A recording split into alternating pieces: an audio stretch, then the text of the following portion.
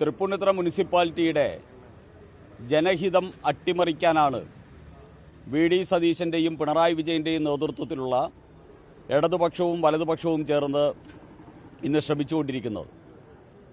India മുന്നണി ഈ തൃപ്പൂണിത്തുറയുടെ ജനതയെ വീണ്ടും വഞ്ചിക്കുകയാണ്, ചതിക്കുകയാണ്. ഈ മുന്നണി ഭരണത്തിനെതിരായിട്ടുള്ളൊരു വിധിയെഴുത്താണ് കഴിഞ്ഞ 9-ാം തീയതി നടന്ന തെരഞ്ഞെടുപ്പിൽ തൃപ്പൂണിത്തുറയിലെ ജനത വിധിയെഴുതിയത് ഇടതിനും വലതിനുമെതിരായിട്ടാണ്. അതുകൊണ്ടാണ് BJP അധികാരത്തിലേക്ക് വന്നത്.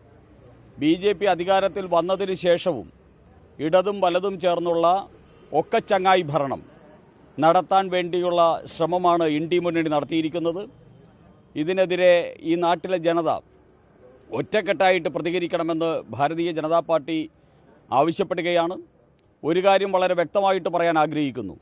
തൃപ്പൂണിത്തുറയിൽ ഭാരതീയ ജനതാ പാർട്ടിയുടെ നേതൃത്വത്തിലുള്ള NDA വിജയിപ്പിച്ചത് തൃപ്പൂണിത്തുറയുടെ സമഗ്രമായിട്ടുള്ള വികസനത്തിന് വേണ്ടിയാണ്. സമഗ്രമായിട്ടുള്ള വികസനം ലക്ഷ്യമാക്കി, വികസിത തൃപ്പൂണിത്തുറ ലക്ഷ്യമാക്കി ഭാരതീയ ജനതാ പാർട്ടിയും NDAയും നടത്തുന്ന ശ്രമങ്ങളെ അട്ടിമറിക്കാൻ ഇടതും വലതും ഒരുമിച്ച് നീങ്ങിയാലും അതിനെ ചെറുത്തു തോൽപ്പിക്കാൻ തൃപ്പൂണിത്തുറയുടെ ജനതയുടെ പിൻബലത്തോടുകൂടി ഭാരതീയ ജനതാ പാർട്ടി ചെറുത്തു തോൽപ്പിച്ച് മുന്നോട്ട് തന്നെ പോകുമെന്ന് ഈ മുന്നണികളെ ഓർമ്മിപ്പിക്കാൻ ആഗ്രഹിക്കുകയാണ്. ആർ ശ്രീലേഖ പാർട്ടിയുടെ സംസ്ഥാന വൈസ് പ്രസിഡൻ്റാണ്.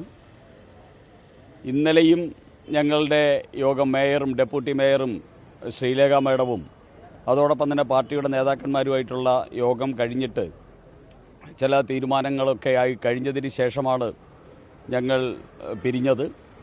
അതുകൊണ്ട് അത്തരത്തിലുള്ളൊരു വിഷയം പാർട്ടിക്കകത്തില്ല. ചില മാധ്യമങ്ങളുടെ ചോദ്യത്തിൻ്റെ അടിസ്ഥാനത്തിൽ വക്രീകരിക്കപ്പെട്ട ചില കാര്യങ്ങളാണിന്ന് പുറത്തു വന്നുകൊണ്ടിരിക്കുന്നത്.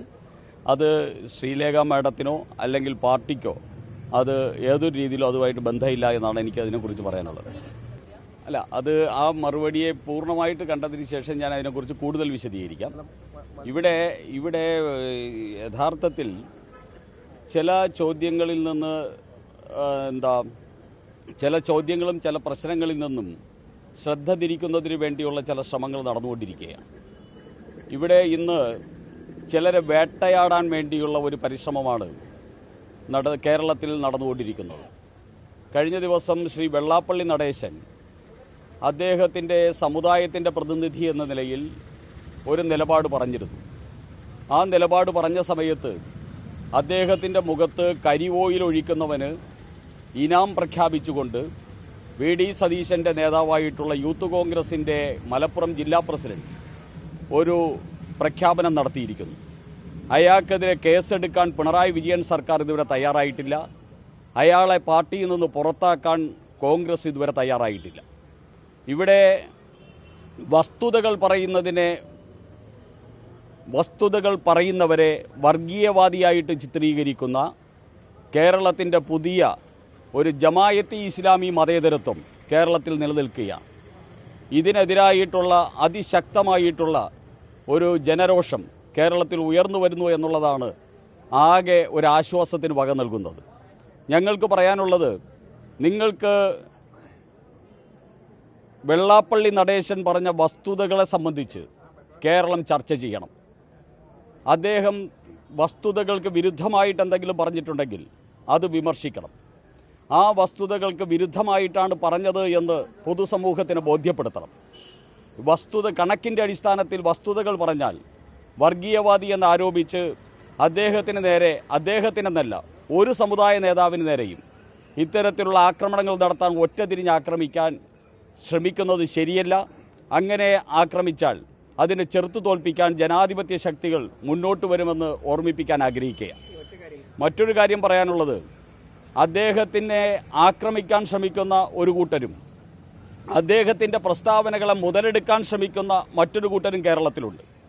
പക്ഷേ മുതലെടുക്കാൻ ശ്രമിക്കുന്നവരും ആക്രമിക്കാൻ ശ്രമിക്കുന്നവരും ആക്രമണകാരികളോട് ഇത്തരത്തിൽ ഹിംസാത്മകമായിട്ടുള്ള, അതോടൊപ്പം തന്നെ ഇത്തരത്തിൽ അപമാനകരമായിട്ടുള്ള രീതിയിൽ പ്രവർത്തിക്കുകയും പ്രതികരിക്കുകയും ചെയ്യുന്നവരോട് കാണിക്കുന്ന ഒരു സൗമനസ്യം, അതും എല്ലാവരും ചർച്ച ചെയ്യേണ്ടതാണ്. ആരെയോ ഭയപ്പെടുകയാണ് ഇടതുപക്ഷവും വലതുപക്ഷവും. ആ ഭയപ്പെടുന്നത് ഇവിടുത്തെ പൊളിറ്റിക്കൽ ഇസ്ലാമിൻ്റെ ആ ഭീകരതയാണോ എന്ന് കേരളം ചോദിക്കുകയാണ്. അതിന് ഉത്തരം പറയാൻ ഇടതുപക്ഷത്തിനും വലതുപക്ഷത്തിനും ബാധ്യതയുണ്ട്. അത് അദ്ദേഹത്തിൻ്റെ വ്യക്തിപരമായിട്ടുള്ള അഭിപ്രായം, അദ്ദേഹത്തിൻ്റെ ബോധ്യത്തിൻ്റെ അടിസ്ഥാനത്തിൽ അദ്ദേഹം ഒരു അഭിപ്രായം പറഞ്ഞിട്ടുണ്ടെങ്കിൽ അത് അദ്ദേഹവും അതോടൊപ്പം തന്നെ ആ വിമർശനത്തിന് വിധേയരായവരും ചേർന്ന് തീരുമാനിച്ച് പരിഹാരം കാണേണ്ടതാണ്. ശ്രീലേഖയുടെ പരാതി കണ്ടില്ലെന്നടിക്കുകയാണ് തീരുമാനം. ശ്രീലേഖ മാഡം BJPയുടെ സംസ്ഥാന വൈസ് പ്രസിഡന്റാണ്. മാഡത്തിന് എന്തെങ്കിലും പരാതിയുണ്ടെങ്കിൽ പരിഹരിക്കാൻ ഈ പാർട്ടിയിൽ വലിയൊരു സംവിധാനമുണ്ട്. ഞങ്ങൾ പരിഹരിച്ചോളാം.